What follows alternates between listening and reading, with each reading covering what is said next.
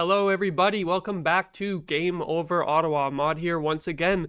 Today, celebrating a 3-2 win for the Ottawa Senators over the Columbus Blue Jackets, who are chasing them in the playoff race. You know what that means. A Sens win? Get to hit the button, because the Columbus Blue Jackets have been sensed. The first of 3 matchups between these two teams down the stretch. It's going to be really interesting to see how this season series plays out. The Sens with first blood with the victory tonight on home ice. I see Rusty in the chat saying, so are we talking playoffs yet? And I think we've been as cautious as possible on this show so far, but just specifically after this game, I think we're almost at the point, if we're not already there already, that we can say playoffs is like damn near a guarantee. With the way things are looking, 83 points for the Sens through 72 games, and the next closest being Montreal and Columbus and the Rangers, all on 75 points. So that's an 8-point gap, and the Sens play tomorrow again against the Pittsburgh Penguins. If they win that too, and you don't get the Rangers or Montreal winning in that time frame, it could be a 10-point gap even.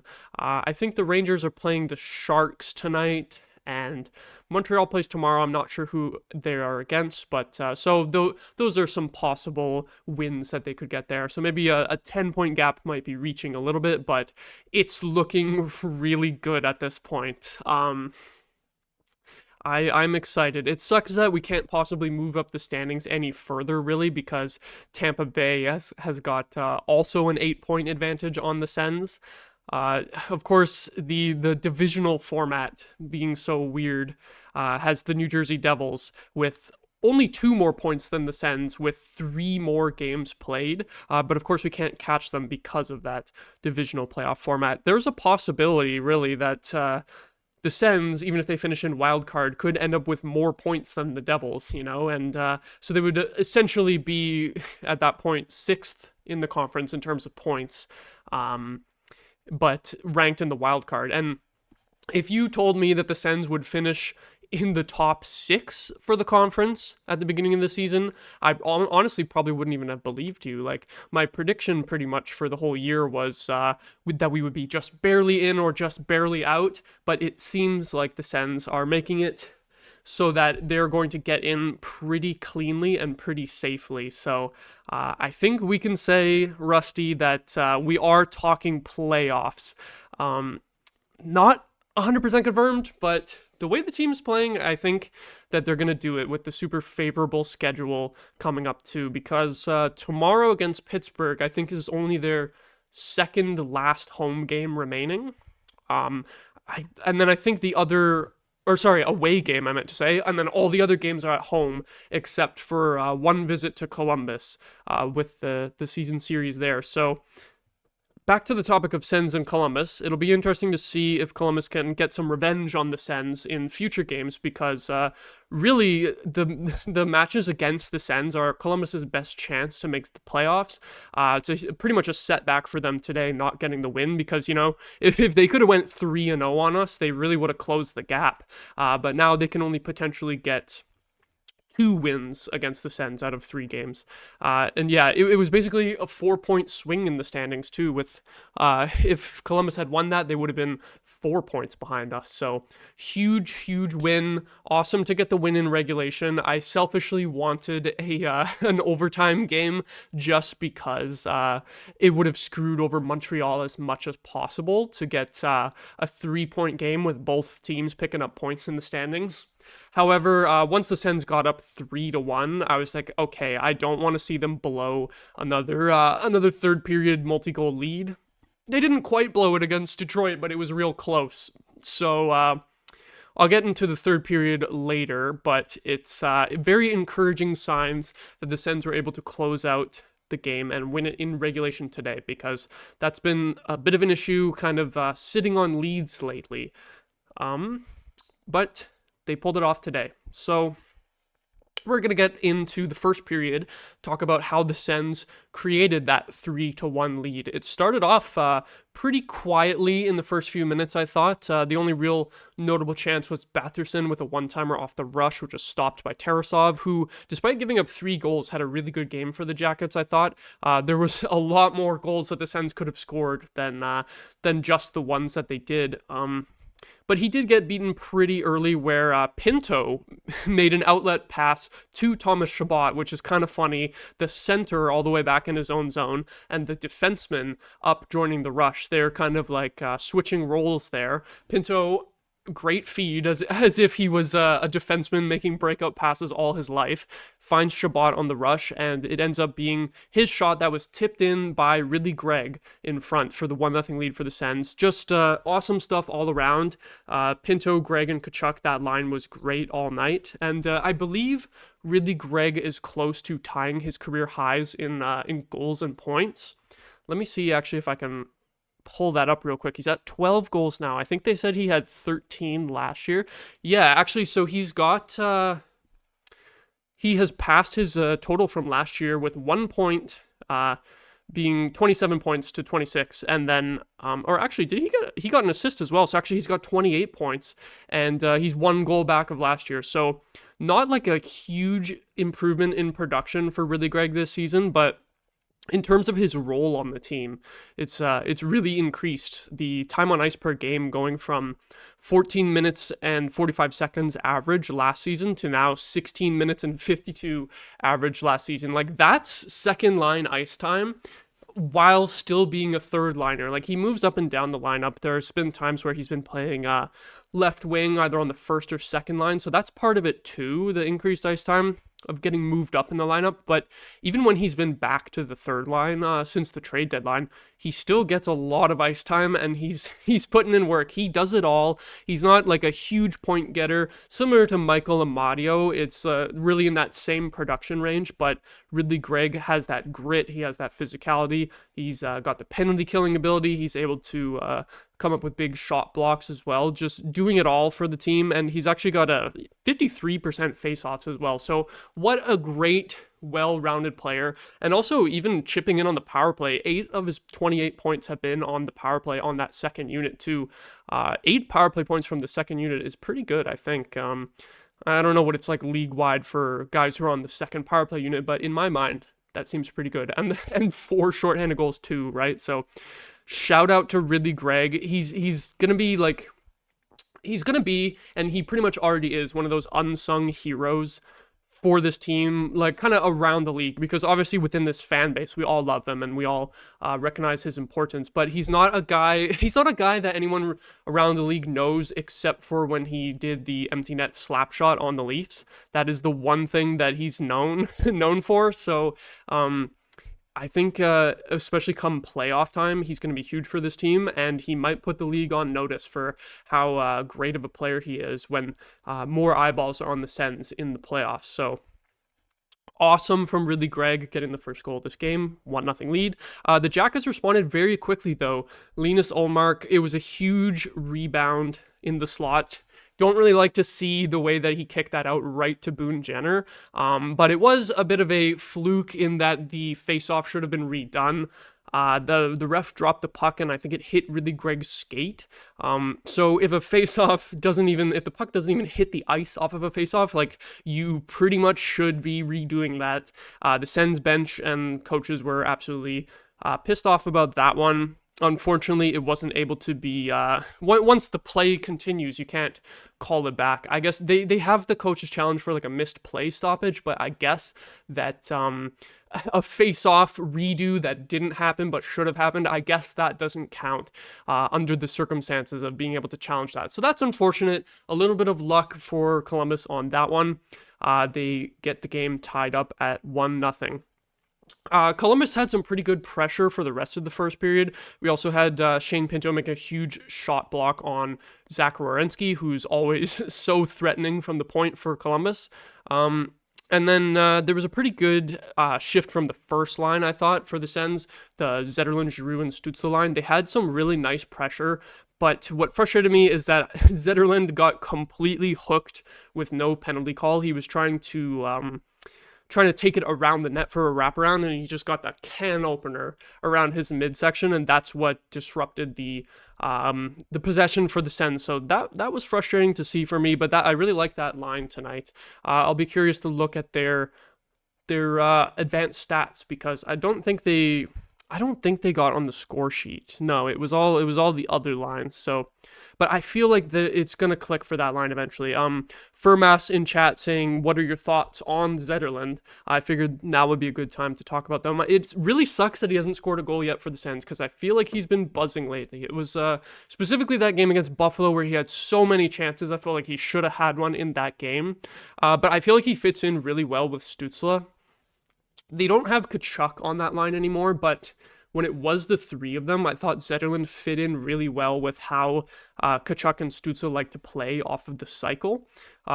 Brady protecting the puck down low, and he's able to pass it off to either Stützle or Zetterlund. And then today you had Giroux on that line as well, which is pretty good as well in terms of the cycle game. It's a bit less physicality on the line, but Zetterlund is able to bring that physicality as well in the offensive zone. I like his ability to win board battles and stuff like that. So just the one assist for him so far. The stat line doesn't look good, but I think everyone's really happy with him so far, because you can just tell that as soon as he gets his scoring touch going again, which we know from San Jose that he does have the ability to finish, once he gets that going again, I think he's gonna start burying chances.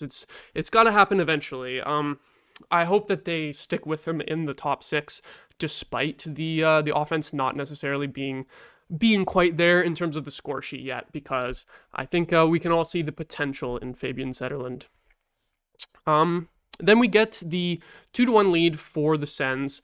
Dylan Cousins, absolutely great work up high in the zone, where he was kind of getting pressured at the point, but he made the right move to not turn over the puck, to not have to turn back outside of the zone. He kept the cycle going, eventually throws it to the net, and where Batherson in front of the net actually scored sort of a Brady Tkachuk-like goal, where he wins a battle and gets a rebound in front. That's usually the type of goal that you see from like Brady Tkachuk or Ridley Gregg. So great for Batherson to be crashing the net like that and scoring kind of a greasy one, because he's more of a skilled player. He has some size on him, but he doesn't use it too often, I find.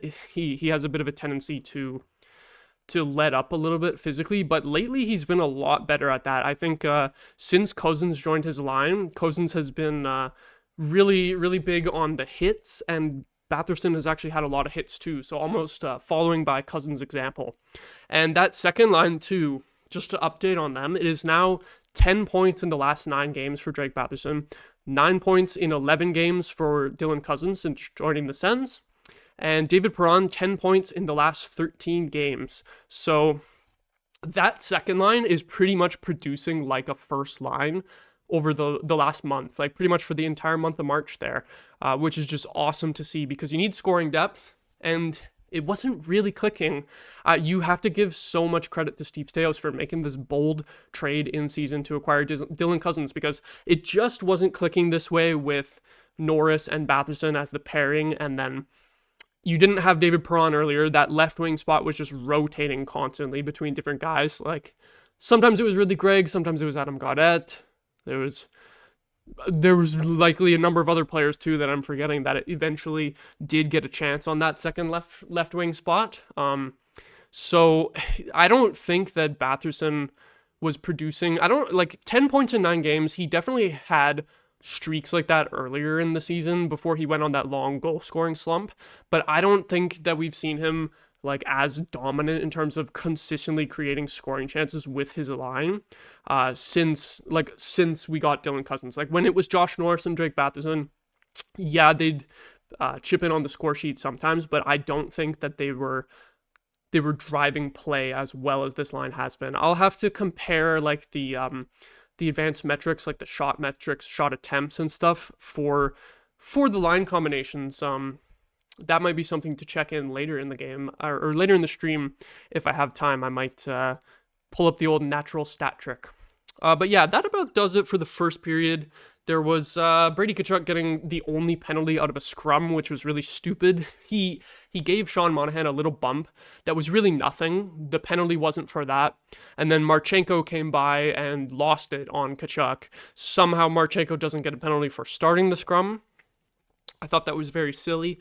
The penalty kill, they had a couple of failed clears, but they did manage to get through unscathed. But Columbus was pressing pretty well in that first period, despite losing the first period by a score of 2-1.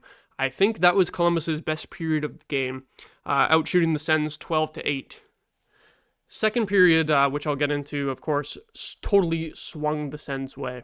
But before we get into that, just going to plug our Patreon really quickly. If you're looking for ways to help an upstart media company employing over 30 young journalists and analysts across Canada, and if you've got a few spare bucks kicking around, you can head to our Patreon page at patreon.com/thegameovernetwork.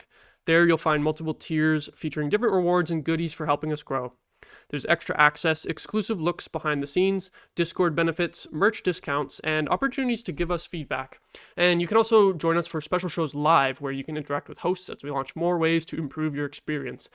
We had a watch party for the Four Nations Face-Off final. Don't know if there's any plans yet, but we could maybe have some watch parties for the playoffs in the Discord there. So if you're interested in something like that, let us know. Definitely be sure, even if you're not a member of the Patreon, you can always still join our Discord and let us know what you'd like to see. If you're not able to spare a few dollars, we also have a free tier available on the Patreon, so you don't miss out. And if you really want to help us, make sure to click like and subscribe on YouTube, rate us 5 stars on your favorite podcast app, and share our work on your social media. That's patreon.com/thegameovernetwork. And now I need a water break.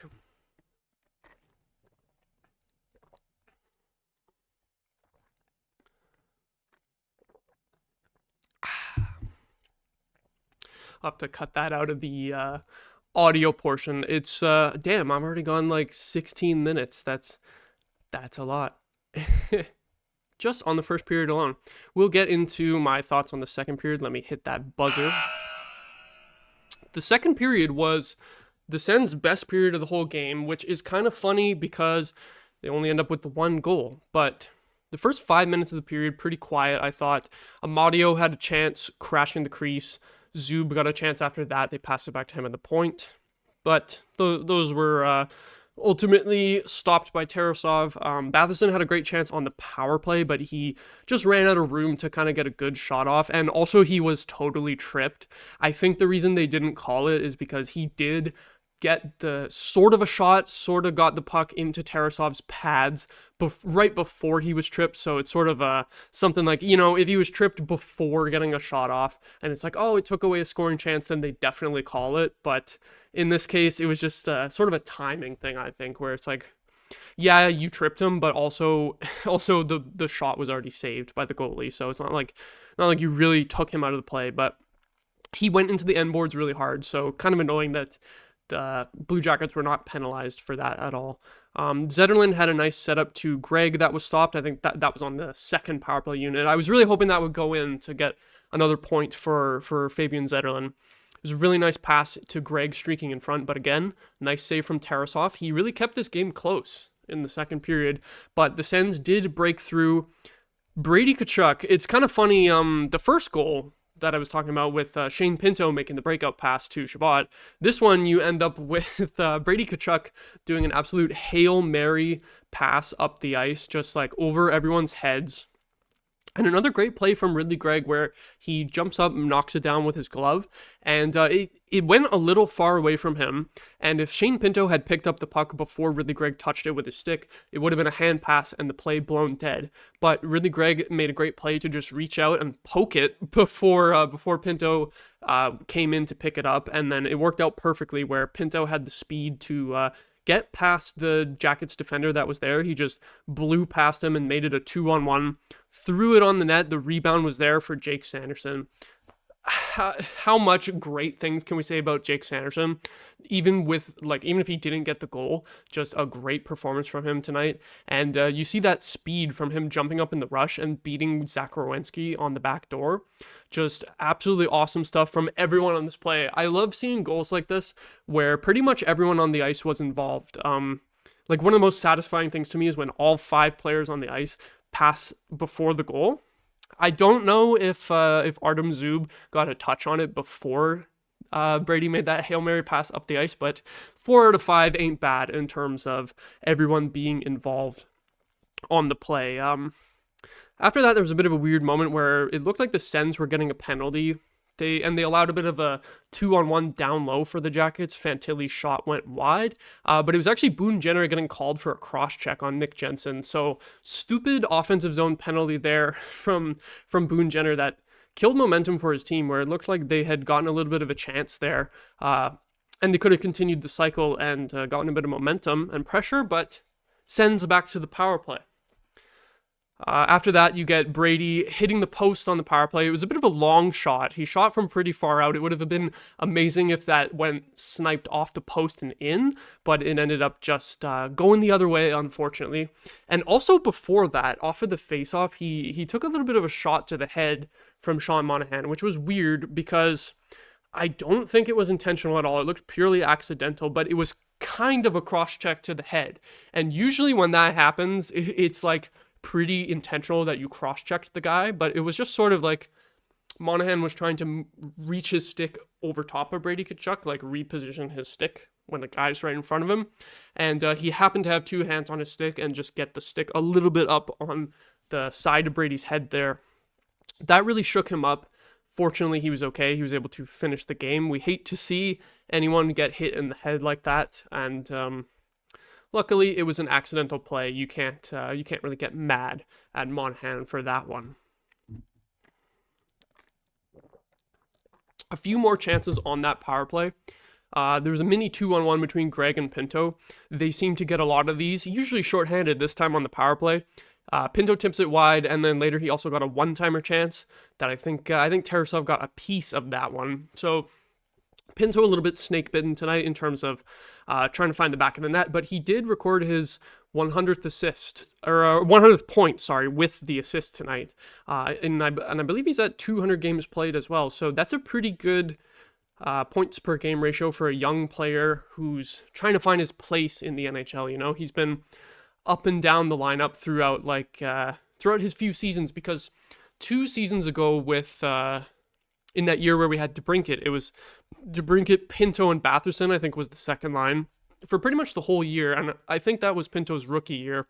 That was a tough situation for him to come in and be forced to play the second line center role as Josh Norris was injured for the whole season that year. So, and then the next year, Norris plays more games, so there's more of Pinto being on the...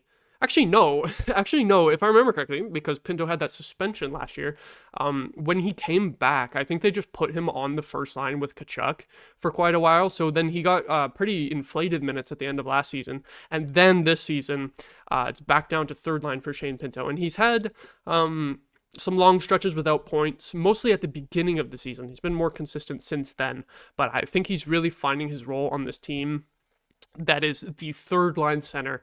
Like, it's great that we can move him up the lineup if any of our centers get injured. He is a good fill-in center in the top 6, but the third line really seems to be the place for him. And, you know, second power play unit, first line penalty kill, or second line, depending on who else you have on the penalty kill. Just really good stuff from Shane Pinto. I think he's really settled in through 200 career games now. He's really found his role. And you love to see that. For a guy who's been kind of forced to bounce around the lineup quite a bit due to other injuries, it seems like having Pinto as your third line center is just perfect. Like, that is exactly the type of player that I want from my team's third line center. So, bit of a tangent there. I was talking about him missing the net on some chances, but he had that milestone tonight, so I wanted to shout that out as well. There was also a great play. It was either at the tail end of that power play, maybe just after it expired, where on the zone entry, David Perron set up Dylan Cousins, who made an amazing pass to Drake Batherson onto the left wing side, where he can just one-time that puck and just absolutely rifle it.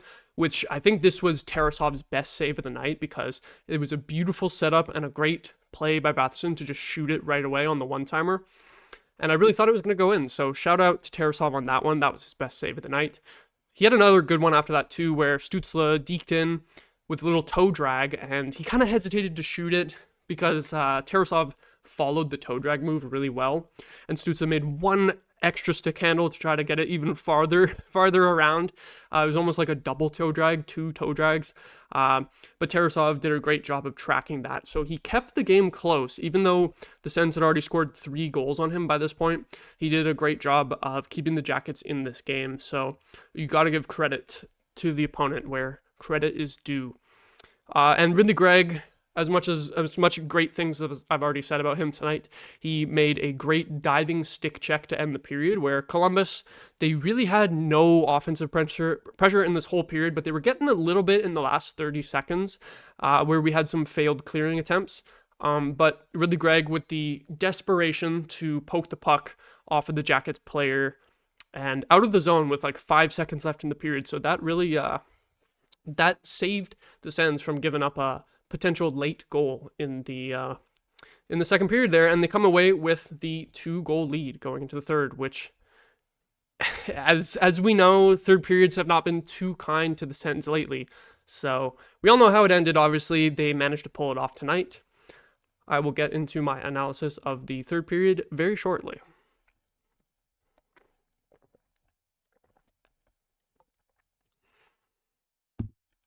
If you're enjoying the show so far, you probably want more of this, right? Make sure you hit the like button on this video, click subscribe on our channel, and make sure you check the notification bell so that you're alerted when we go live. If you're listening to our podcast, please give us a 5-star rating or even write a positive review. If you like us, make sure to follow on your favorite social media platforms. You can find the Game Over Network on Blue Sky at thegameovernetwork.com. That's the URL as the handle on Blue Sky. On TikTok and Twitter, we are at Game Over NHL. On Instagram, Threads, and LinkedIn, it is at Game Over Network. And if you want to follow Game Over Ottawa's members, every single video description on YouTube has the links to all of our social medias. You can go follow us there. You can also find us at thegameovernetwork.com, our official website, and you can sign up for our newsletter as well if you're interested in that. I'm running out of breath, so I'm hitting the water breaks, getting the dry mouth as well. But we've still got the third period to talk about, which was luckily in the Senators' favor this time, because the last 5 games, the stat courtesy of Locked On Sens, they posted that the Sens have been outscored 10-3 in third periods over the last 5 games. So my memory is not the best, but I do believe it was 3 goals in the third period against Detroit, and against Montreal it was like 3 or 4 maybe, because they had, I think it was 4 because they had 2 empty net goals. So that's 7 of those right there. 2 games where one of them you choke away a lead in the third period, and another one you almost choke away a lead in the third period, but they held on.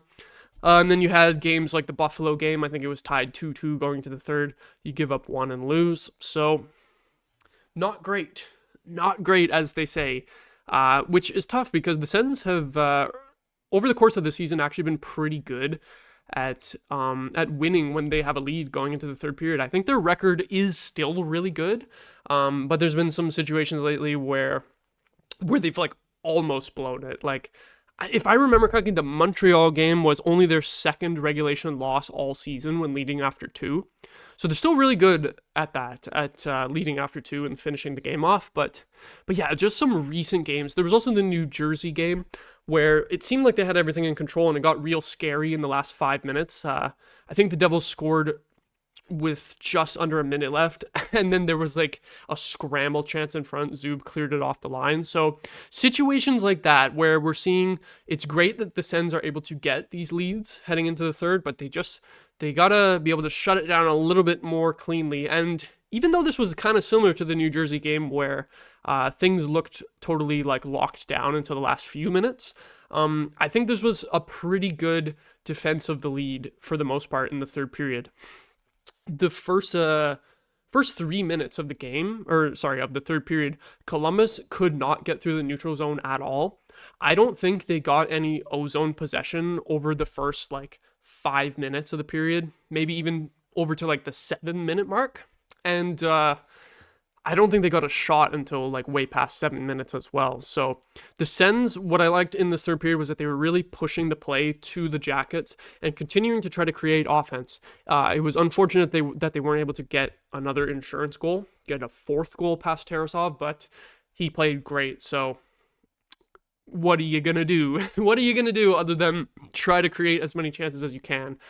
It was nice that they didn't sit back. And at this point in the game, I was kind of thinking Columbus must be really tired because they had that crazy game yesterday that went to a shootout, and they're on the second half of a back-to-back. But they did have just enough energy to make the game interesting. And they've been known to do this season too. I believe on the broadcast they showed that Columbus has 7 third-period comeback wins, which is tied for the third most in the NHL. So even though the Sens are good at defending the lead through 2 periods, Columbus is good at coming back when they're down after 2 periods. So it was interesting for sure. Where am I at in my notes here? So those first 7 minutes, really, there was some great ozone possession. Specifically, there was a sequence of about 2 minutes where the first and third lines for the Sens just kept the Jackets hemmed in their zone. Which is lovely to see. It's hard to make a comeback if you can't even get the puck and you're stuck defending in your own zone. There was 2 separate plays where Batherson and Stützle both drove to the net, but they just ran out of room, couldn't quite get the shots away. Clevin hit the post, so that's another missed opportunity where that's 2 posts in this game that could have really helped put the game out of reach for Columbus. And then all of a sudden, the second shot of the period, which, let me see, I think it was like almost 10 minutes at that point. Yeah, so 11 minutes into the third period, Columbus's second shot of the period goes in. It was just a wonderful play from Kirill Marchenko. It's kind of one where you're like, oh, you might like Ullmark to make the save, but Marchenko danced past Greg and he split the D between Zub and Sanderson. They weren't really sure which way he was going to go, who should step up on him, and he was able to get the shot away. It wasn't like a great shot or anything, but I think Ullmark was not expecting Marchenko to be able to actually break through the defense there and get that shot away, so it surprised him a little bit. Considering that Columbus ended up getting over 31 shots, it was a good performance for Ullmark overall, even though I might have liked to save on this one. And, the rebound on the first goal was huge. You would have liked to see him kick that out, not right into the slot, more into the corner or something like that. But Ullmark was luckily able to shut it down after that. But it's always scary for the Sens. It's never easy. They always seem to make it interesting. So, of course, we had to have a 1-goal game late in the third period so that we can all clench our butt cheeks and hope that they can hold on to it. Frustrating as well that after that, Stützle had a breakaway where he was robbed, and Adam Gaudette also had a breakaway where he couldn't quite get a shot off. The defenseman kind of caught up to him right at the end before he could make a move. And what was interesting to me about those 2 plays, they were kind of within a minute or 2 of each other. Michael Amadio set up both of those. So he's not really been known as much of a playmaker in his career or even in this season. His strengths obviously being that defensive stick, and lately a strength being goal scoring, even though it wasn't in the first half of the season. Great stuff from him to set up those chances. Unfortunately, Sens not able to get that insurance goal. Then it gets scary towards the end of the game, but this was really only the best chance that the Jackets had. Like, this was the only really standout chance that they had at this point in the last 10 minutes of the game. Was we failed to clear, not sure who it was, but then we ended up with 2 Blue Jackets players alone in the slot, and I think it was one of the Blue Jackets players higher up near the blue line knocked down the clear with his glove and then just chucked it towards the net. Adam Fantilli picked up the puck in the slot. Luckily, he was on his backhand and had his back turned to the net, because I'm looking at a screenshot of it here, and I'm not sure who the other Jackets player is. I think maybe it's Kent Johnson, but he was wide open for a one-timer that if Fantilli didn't have his back to the net, he could have seen Johnson, pass it over to him, and it's a huge one-timer chance that Ullmark would have had to come across, try to make a huge glove save. But luckily, Fantilli didn't have the vision or the patience here, really, because as soon as the puck got to him, he was just like, oh shit, I'm alone in the slot, and just chucked it on the net with the backhand, and made it a pretty easy save for Ullmark. I think if Fantilli didn't sort of like panic and just throw that at the net, it could have been real bad for the Sens, because like in this screenshot that I'm looking at, it's before Fantilli shoots the puck on the backhand. If he didn't shoot and he just pivoted, just turned towards the net instead of the way his back was towards the net, he would have either seen Kent Johnson wide open for a one-timer, or he would have just ripped it on the forehand, and that's a much better chance of beating Ullmark in that situation. So Sens were a bit lucky there that Fantilli wasn't able to do much of anything with that chance, because I think that was the Jackets' best chance in the third period. That was with just under 3 minutes to go. So scary moment there. But, and then I think, yeah, the Jackets continued the pressure after that. We didn't quite get it out of the zone. And Linus Ullmark did have to make a really good save on Provorov at the back door. That was definitely his best save of the night. After that, Pinto, Sanderson both had huge shot blocks. Pinto had a chance at the empty net, but blocked by Kent Johnson playing goalie there.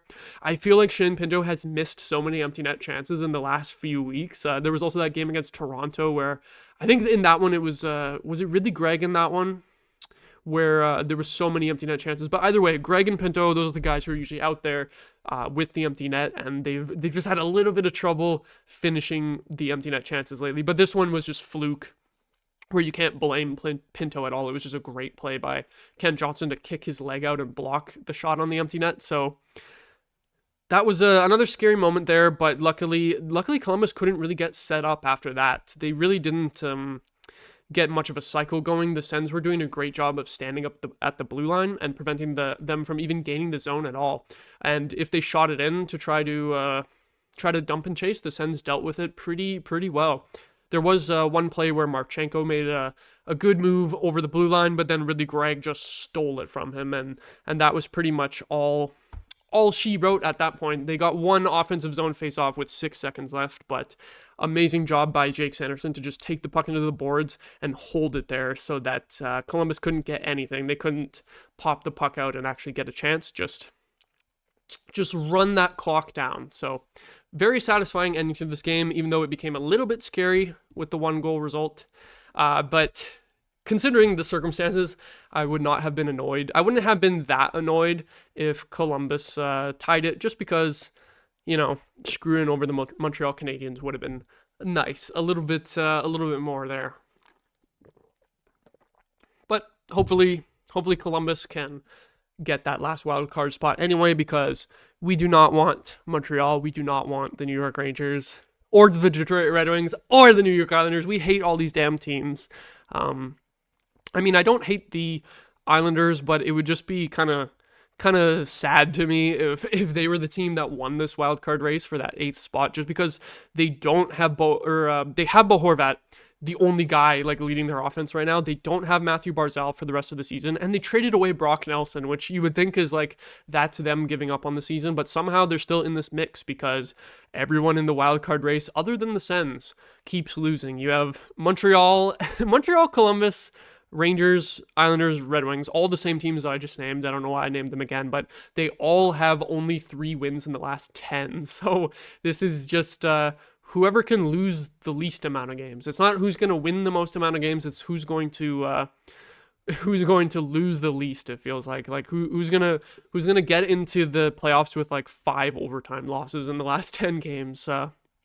So I hope that Columbus can manage to pull it off, because it would be a great story. That team has gone through a lot. That fan base has gone through a lot of losses on and off the ice, which is tough. So I hope that they can get something good, get a playoff appearance. I think it would be their first playoff appearance since the 2020 bubble, which is not as obviously as big of a drought as the Sens with the 8-year drought, but 5 years, if you miss this year, you could easily go farther back down the standings the next couple of years, and then that 5-year drought could easily become an 8-year drought. So I hope Columbus is able to pull it off. Maybe the Sens can, go on a win streak up until the next time that they meet Columbus, and then we could just lose those games to them, help them out a little bit. I think it might be 2 in a row. I'm not sure on the schedule, but it's either 2 in a row or like 2 games in a 3-game stretch against Columbus to finish up the season series. So I hope that the Sens can just win a bunch and then maybe drop a couple to Columbus so that they can have some help for that 8th seed, because things are looking pretty good for the Sens right now, where they don't even necessarily have to play great to get in. They just got to be like 500 for the rest of the way, I think. I guess I might as well hit the buzzer for period 4. I don't know how much longer I'm going to go, but we'll recap the standings again real quick. It's like I said, you really only need to go like 500 we're down to 10 games left, I think. 72 out of 82 games played now. 39 wins, almost at 40. Hopefully they can get that tomorrow against Pittsburgh, but it'll be tough on a back-to-back. The great thing as well is that even with the points gap there, we have a huge lead on the tiebreakers, the regulation wins. We have 6 more than Montreal. Rangers somehow have more, which is funny because we have 5 more regulation overtime wins than the Rangers do as well. And then these other teams that are chasing, they've all got less. Like, we've got huge advantages in the tiebreakers as well. So if the Sens do slip a little bit, they've got that in the back pocket with the tiebreaker ability. So yeah, I think things are looking pretty good for the Sens. It was a fun game. Back on home ice. The home ice win record for the Sens is like the biggest thing going down the stretch here, is that it's 8 of 9 games, or 8 of 10 remaining at this point. But 8 of 9 games in April that are at home.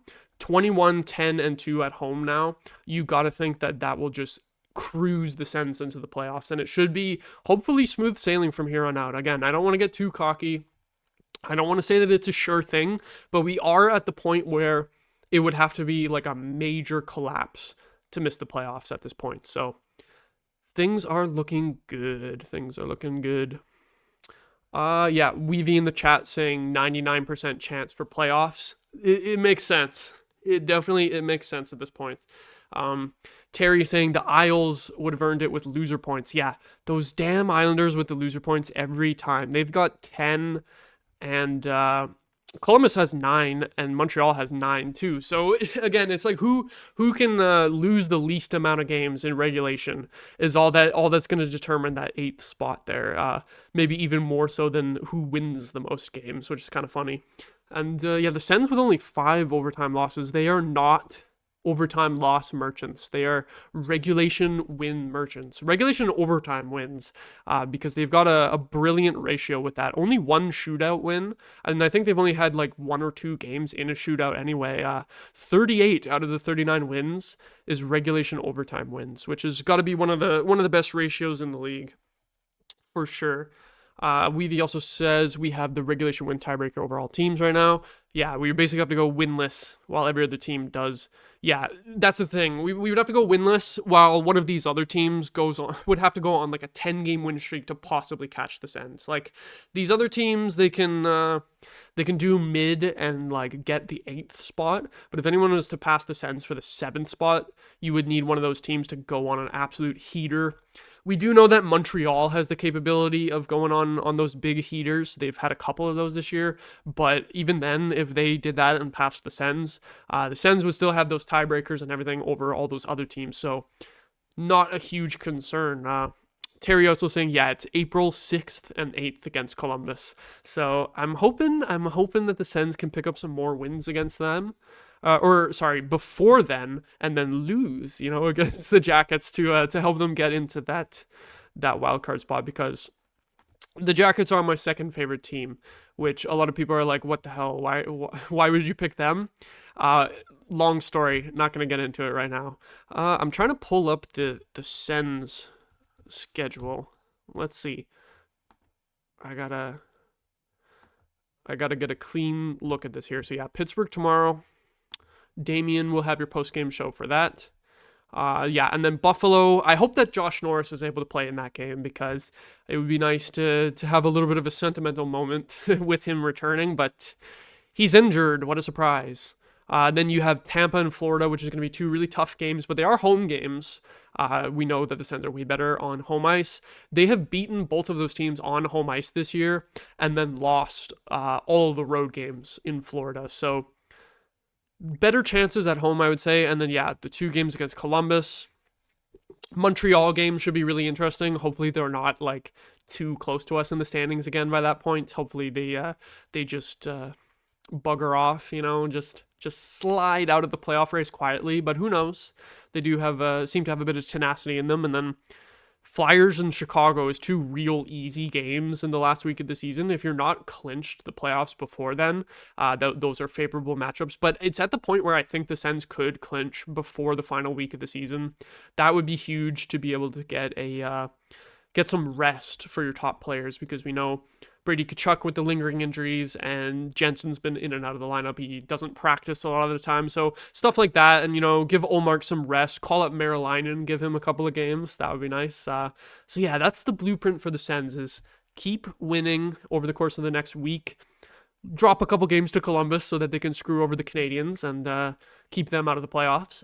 And then get back to winning, clinch before the final week of the season, and then rest some guys in those last couple games, because you'll probably have a good enough lead over the 8th seed that you wouldn't even slip down to the 8th seed if you lost with a weaker lineup. It would probably be good enough. If we were clinched by that point, we probably wouldn't slip to 8th, unless another team went on a huge heater. So things are looking great, looking very good for the Ottawa Senators. I think that's where I'm going to leave it for tonight.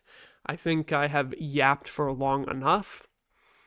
If you enjoyed, please leave a like on the video. Click subscribe to Game Over Ottawa if you're not subscribed already. Hit that notifications bell so you can be notified when we go live after every Sens game, or at least almost every Sens game. Sometimes circumstances happen. We've missed a couple lately, but we should hopefully have a show for you after every Sens game for the rest of the season. Tomorrow against Pittsburgh, be sure to join Damien on here. It's a 5 o'clock start, so a little earlier post-game show. So be sure to tune in for that. Thank you for watching or listening, everyone. Have a great night.